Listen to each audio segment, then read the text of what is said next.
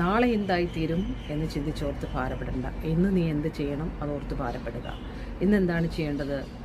എന്താണോ പ്രശ്നം, ഏതാണോ പ്രതികൂലം, ഏതാണോ ഏറ്റവും കൂടുതൽ നീ സന്തോഷിക്കാൻ ഒരു കാര്യം പറയട്ടെ.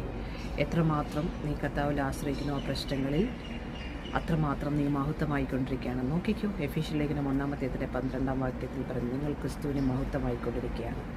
കർത്താവ് കഷ്ടമനുഭവിച്ചെങ്കിൽ, പൗലോസ് കഷ്ടമനുഭവിച്ചെങ്കിൽ, ഈ രാജ്യത്തേക്ക്, ദൈവിക രാജ്യത്തിലേക്ക് കടക്കണമെങ്കിൽ ഈ കഷ്ടം നമ്മൾക്ക് തരുന്നത് നമ്മൾ അവൻ്റെ മഹത്വമായിക്കൊണ്ടിരിക്കുകയാണ്. മോശ ഇരുളിലേക്ക് ചെന്നു, ജനം വിട്ട് ഓടി. അനേക കഷ്ടങ്ങളിലൂടെ കടന്ന ആ സ്വർഗ്ഗരാജ്യത്തിലേക്ക് നമ്മൾ കടക്കേണ്ടതാകുന്നു. സഹോദരിമാരെ, എഴുന്നേൽക്കുക. God has a great plan about U. ഇവിടെ ഈ ഭൂമി കുറച്ച് നാളത്തേക്കേ ഉള്ളൂ.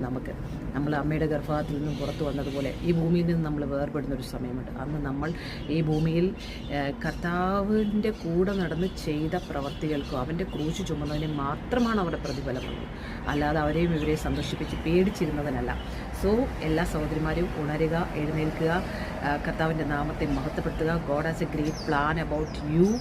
Chosen woman, chosen men has to come out. അമ്മേ, ക്രിസ്തുവിൽ സ്ത്രീയും പുരുഷനൊന്നും ശുശ്രൂഷയിലില്ല. ആരെങ്കിലും നിങ്ങളെ ഭയപ്പെടുത്തുന്നത് അങ്ങനെയൊന്നുമില്ല.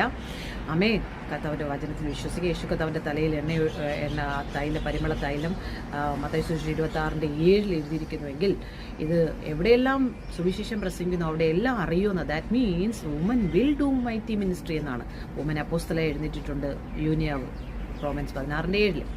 അപ്പോൾ ഒരു സഹോദരനോട് പറഞ്ഞു, അങ്ങനെയാണെങ്കിൽ നിങ്ങൾ അതിലെഴുതിയിരിക്കുന്നു, അതിൻ്റെ ബാക്കി വചനങ്ങൾ വായിക്കാൻ എന്താണെന്ന്. ഇപ്പോഴും അങ്ങനെ തന്നെ പറഞ്ഞുകൊണ്ടിരിക്കുക. കഷ്ടം തോന്നുന്നുണ്ട്. കാരണം ആത്മാവിൽ നിങ്ങൾ പ്രാർത്ഥിക്കുമ്പോൾ ഗുപ്തനിധികളെ, പാറക്കെട്ടുകളിലൂടെ, ഇതുവരെയും കഴുകൻ പോലും, ഒരു ഘോരസിംഹം പോലും പുളച്ച് ചെല്ലാത്ത ഒരു സ്ഥലങ്ങളിലേക്കൊക്കെ, അവന് പോലും പോകാത്ത സ്ഥലങ്ങളിലേക്ക് ആത്മാവിലൊരു ദൈവ പൈതലിന് പോകാൻ പറ്റും. God has a great plan about you. അവൻ്റെ മനസ്സിനെ അറിയുക, അവൻ്റെ ഹൃദയത്തെ അറിയുക, ആക്റ്റീവ് വാരിയേഴ്സ് ആകുക. Don't depend on any man, depend on holy spirit. നിങ്ങളുടെ കഷ്ടങ്ങൾ നിങ്ങളെ ദൈവത്തോട് അടുപ്പിക്കുവാനാണ്. ആമേൻ. മറ്റുള്ളവരോടുള്ള പ്രെയർ റിക്വസ്റ്റ് നിർത്തിയിട്ട് നിങ്ങൾ ദൈവസന്നിധിയിൽ നിന്ന് പ്രാർത്ഥിക്കുക. ആത്മാവിൽ റിജോയ്സ്. ഭാര്യയും പ്രശ്നം, ഭർത്താവ് പ്രശ്നം, മദ്യപാനി, ആ വഴക്ക്, ഈ വഴക്ക്, മക്കളുടെ പ്രശ്നം, ഫൈനാൻഷ്യൽ പ്രോബ്ലം, എന്ത് പ്രശ്നമായാലും കർത്താവിൽ റിജോയ്സ് ചെയ്യാൻ പഠിക്കുക. നിങ്ങൾ ആത്മാവിൽ ജാഗരിക്കുക, ആത്മാവിൽ പ്രാർത്ഥിക്കുക. കർത്താവ് അറിയാത്ത ഒരു കഷ്ടവും നമ്മുടെ ജീവിതത്തിലില്ല.